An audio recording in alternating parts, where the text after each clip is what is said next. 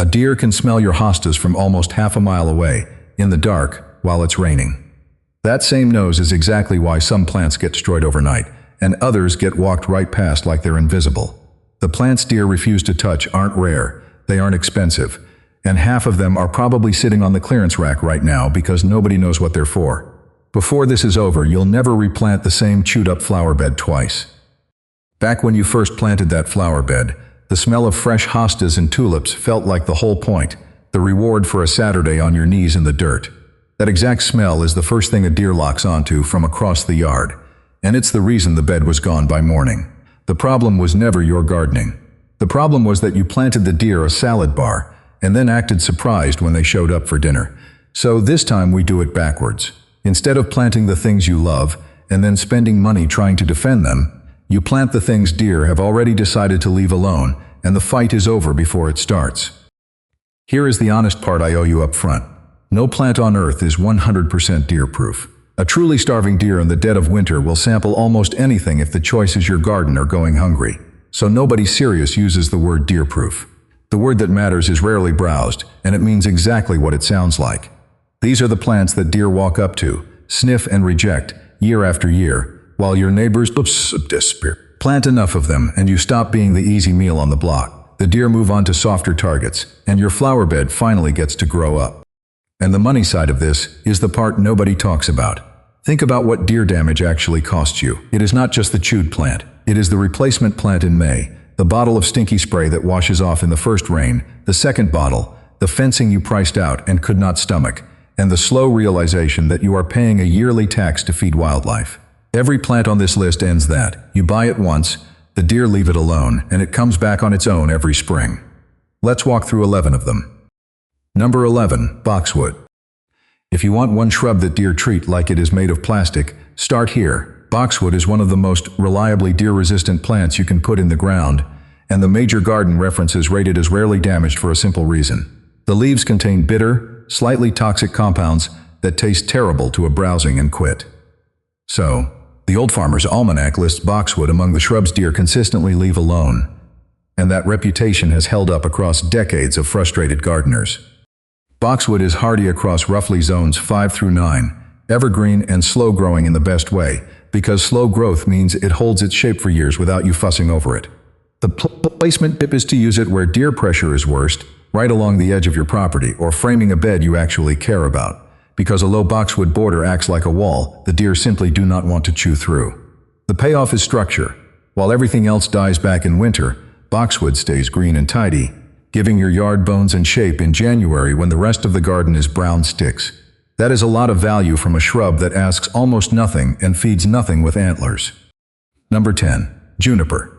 Juniper is the plant deer walk past without slowing down, and once you understand why, you will want it on every exposed corner of your yard.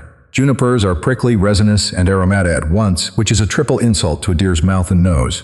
Those needle-like leaves are sharp and stiff, the foliage is loaded with strong-smelling oils, and the whole package reads to a deer as not food. Garden design includes juniper on its list of top deer-resistant plants, and anyone who has watched deer cut a wide path around a juniper hedge knows it earns the spot. Juniper is tough across a huge range, roughly zones 3 through 9 depending on the variety, and it shrugs off drought, poor soil, road salt, and wind. The placement tip is to use the low, spreading varieties on slopes and banks where you would otherwise be mowing or fighting erosion, and the upright varieties as a screen along a fence line. The payoff is that it works hard for free.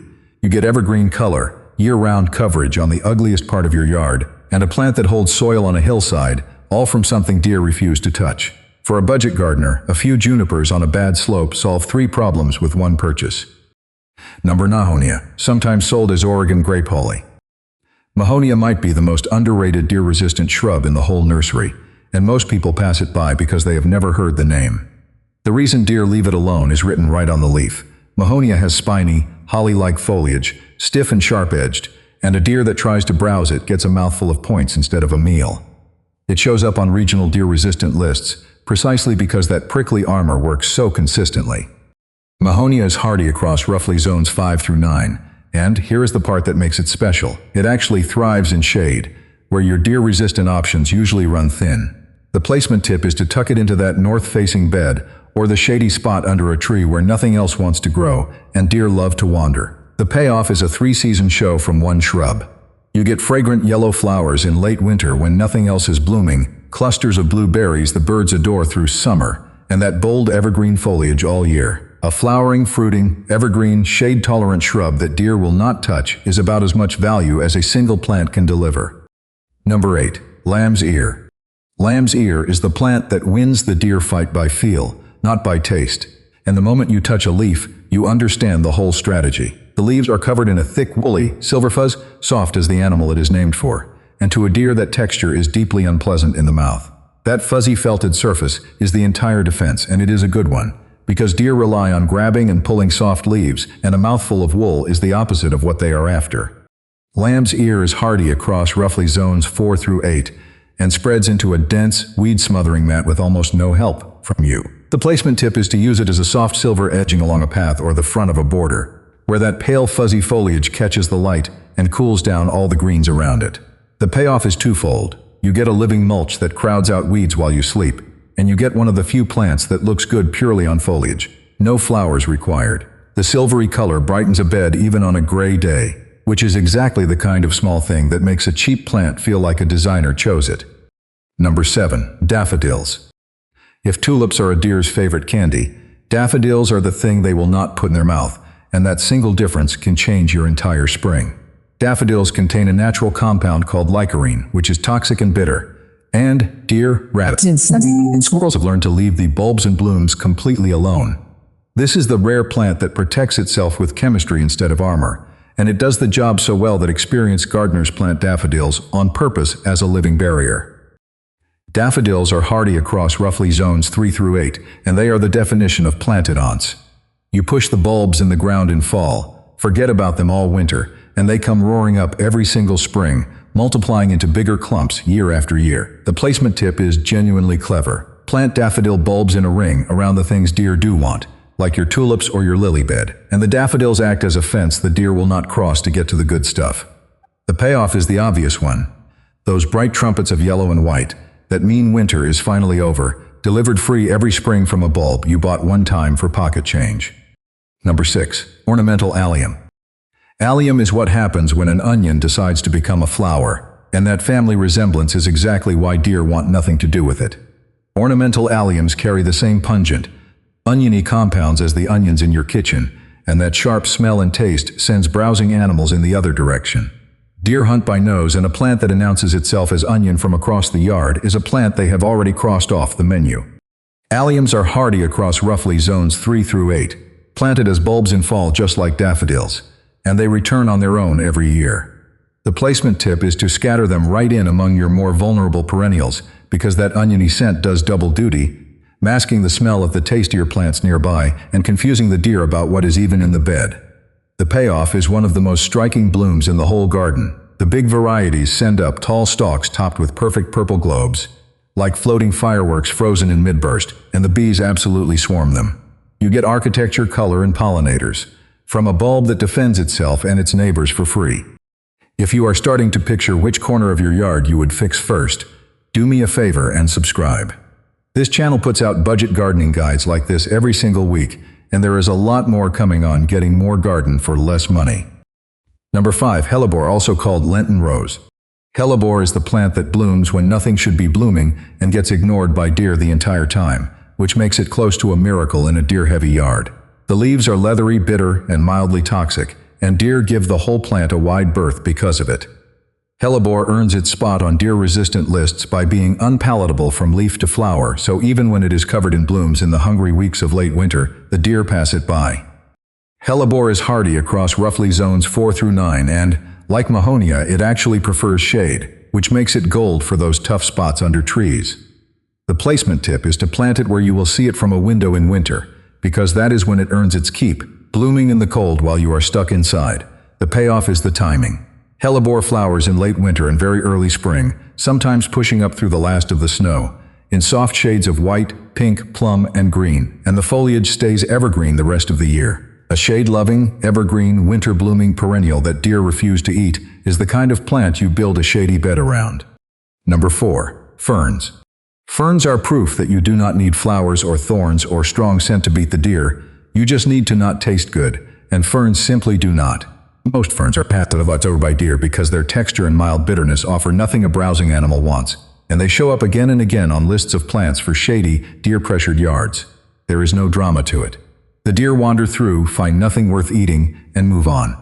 Ferns are remarkably hardy depending on the type, with many reliable across roughly zones 3 through 9, and they live for the shade where your sun-loving deer-resistant plants cannot.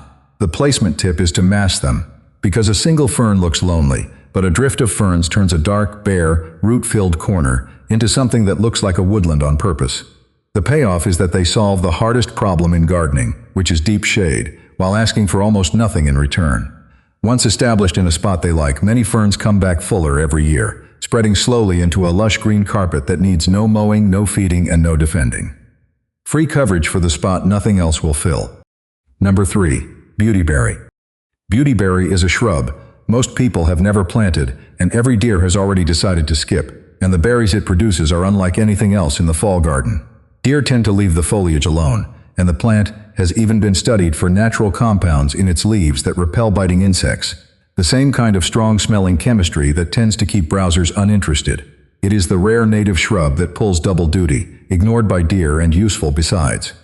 Beautyberry is hardy across roughly zones 6 through 10 and grows fast and forgiving, tolerating a wide range of soils and light. The placement tip is to give it room toward the back of a bed or along a property edge, because it arches out wide and you want it to have space to show off. The payoff is honestly spectacular and badly named, because beautyberry undersells it. In fall, the branches lined up with tight clusters of berries in a vivid, almost electric purple, a color you simply do not see anywhere else in the garden, and the birds feast on them well into winter. A fast, tough, deer-resistant native that hands you the most unusual color in the autumn yard is a bargain at any nursery price. Number 2. Rosa rugosa. Most roses are deer candy, but Rosa rugosa is the exception that proves the rule, and it defends itself the old-fashioned way, with serious thorns. The canes are armored in dense, prickly spines, far more aggressive than your typical garden rose, and a deer that reaches in for a bite gets nothing but pain for the trouble. That heavy thorn cover is exactly why it shows up on deer-resistant lists while fancier hybrid roses get devoured. Rosa rugosa is hardy across roughly zones 3 through 9 and is famously tough, which is the whole point. This is the rose that grows wild on windy coastlines in pure sand, shrugging off salt spray, drought, and poor soil that would kill a pampered hybrid. The placement tip is to use it as a living fence along a boundary, because a thicket of thorny rugosa is something neither deer nor people want to push through, and it makes a beautiful, impenetrable hedge.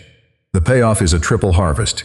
You get fragrant, simple blooms all summer, big edible rose hips in fall that are loaded with vitamin C for teas and jellies, and that thorny security all at once, from a rose that thrives on the kind of neglect that would finish off the ones at the front of the store. Number 1. Peony. I am ending with the peony because it might be the best deal on this entire list, a plant that deer ignore and that can outlive the person who planted it. Deer consistently pass peonies by, put off by the foliage, which means you can grow one of the most extravagant flowers in all of gardening in a yard full of deer and never lose a single bloom. For a plant this beautiful to also be one deer leave alone feels almost unfair. Peonies are hardy across roughly zones 3 through 8 and are legendary for their lifespan. A peony planted today can keep blooming for 50 years or longer, often outlasting the gardener and getting passed down with the house, all from a single one-time planting. The placement tip is in the planting itself, because peonies are particular about depth. Set the eyes, those little reddish buds on the root, only about 1 to 2 inches below the soil surface, because plant them too deep and they sulk and refuse to bloom. The payoff needs no selling. Late spring brings those enormous, ruffled, intensely fragrant flowers in white, pink, and deep rose, the kind of bloom people drive to gardens to see, and the bushy green foliage stays handsome all summer long. Deer-proof in practice, gorgeous beyond reason, and effectively immortal, the peony is the plant you leave behind for the next family to enjoy. Before you go, a quick word on backups, because there is a whole second tier of plants that lean on scent instead of armor, and you can tuck them in anywhere you need extra protection. Lavender, Russian sage, catmint, yarrow, bee balm, and salvia are all aromatic herbs whose strong oils deer find off-putting, and they double as some of the toughest, most drought-friendly flowers you can grow. Plant a few of those among the 11 we covered, and you build a yard that smells wrong to a deer from every direction. Here is what I want you to take away from all of this. You were never going to win by spraying, fencing, and replanting, because that is a fight on the deer's terms, and they have all night and you have a day job.